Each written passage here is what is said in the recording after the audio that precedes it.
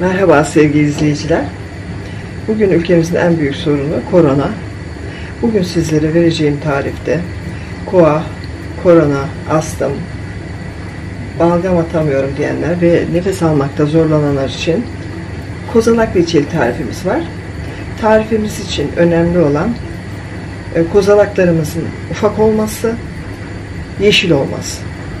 Ben yaklaşık 50 tane kozalak topladım. İğne yapraklarından topladım. 2 kilogram şeker, 2 tane limon, 2 litre su kullanacağım. Kozalaklarımızı akşamdan yıkadık. Suyunu süzdük. Tekrar sabaha kadar suyun içini beklettik. Sabah suyunu süzdükten sonra suyla doldurup ateşimizin üzerine aldık. Kaynamaya çıkınca 5 dakika kadar kaynatacağız. Bu suyunu boşaltıp yeniden su dolduracağız. Tam 5 saattir kozalaklarımız kaynıyor. Yavaş yavaş renkleri değişti. Şuradan bir kaşık yardımıyla. Evet, 6 saat kaynamanın sonunda suyumuz neredeyse 3'te 1 oranına düştü. Artık söndürdük ocağımızın altını. İçinden kozalakları ve pürçüklerini almaya başladık. Bunları hepsini aldıktan sonra temiz bir bez yardımıyla süzeceğiz.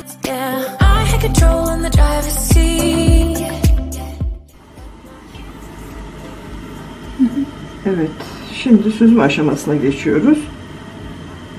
Bizim suyumuz çok az kaldı. Çok kaynattığımız için. Evet.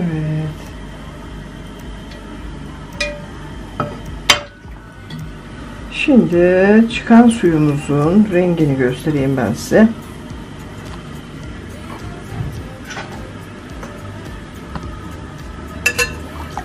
Şöyle bir renk aldı. Şimdi temiz bir tencereye koyacağız. Evet, süzdükten sonra tencereye boşalttım. Benim tam 4 bardak çıktı.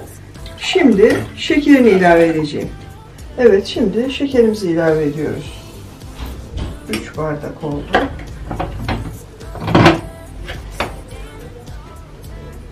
4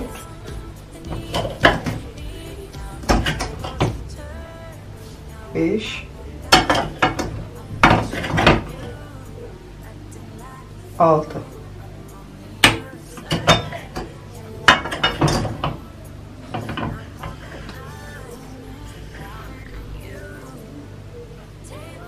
tam 7 bardak şeker koydum.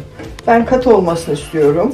Şu anda o kadar güzel kokuyor ki anlatamam. Sanki çam ormanında geziyorsunuz gibi bir kokusu var. Bunu kullananlar kış boyu hasta olmuyorlar. Bu ilaç niyetine kullanılır daha çok. Yani ekmeğin üzerine sürüp yiyemezsiniz bunu.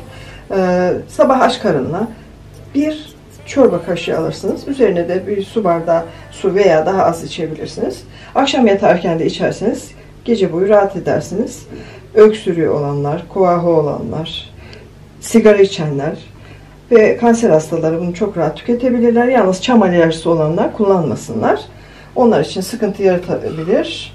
Şimdi altını yakıp kaynamaya bırakıyoruz. Ben katı olmasını tercih ettiğim için şekerini çok tuttum. Görüyorsunuz tenceremizin yüzeyinde köpükler oluşuyor. Bu köpükleri kaşık yardımıyla topluyorum ve atıyorum. Rengin ne kadar koyulaştığını görüyorsunuz. Bunu sabahları içen çocuklarımız kış boyu grip olmayacaklar. Görüyorsunuz değil mi?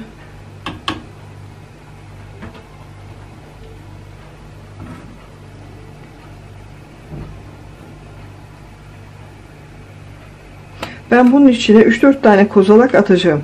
Çünkü neden? Kavanozun içinde bir tane olması gerekiyor ve böylece reçinesini sürekli ben 1 yıl boyunca salmaya devam edecektir. Sizler ister yaparsınız, isterseniz yapmazsınız. Evet, yarım saat kaynadı. Şimdi 2 limon suyunu boşaltıyorum.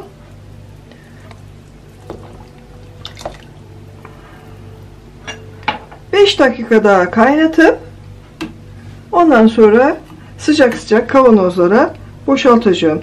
Üzerinde oluşan köpükleri almaya çalışıyorum. Almasanız da çok fazla zarar olduğunu düşünmüyorum. Evet, limonumuzu koyduktan 5 dakika sonra size kıvamını göstermek istiyorum.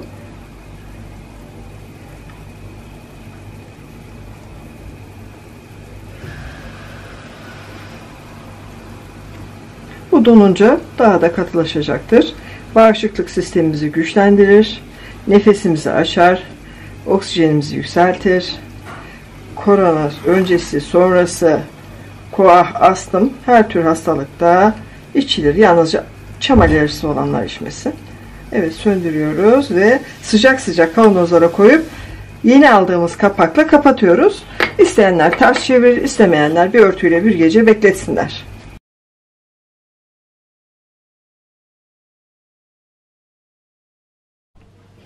Evet, bizim 2 tane büyük, bir tane küçük kavanoz çıktı. Bununla bir kış geçirebilirsiniz. Sizin için tadacağım. Harika harika. Yani böyle bir şey yediğinizi sanmıyorum. Mutlaka deneyin. Eğer videomuzu beğendiyseniz abone olmayı unutmayın. Buna benzer farklı videolar çekmemi istiyorsanız altına lütfen yorum atın. Sevgiyle kalın, sağlıkla kalın, hoşça kalın.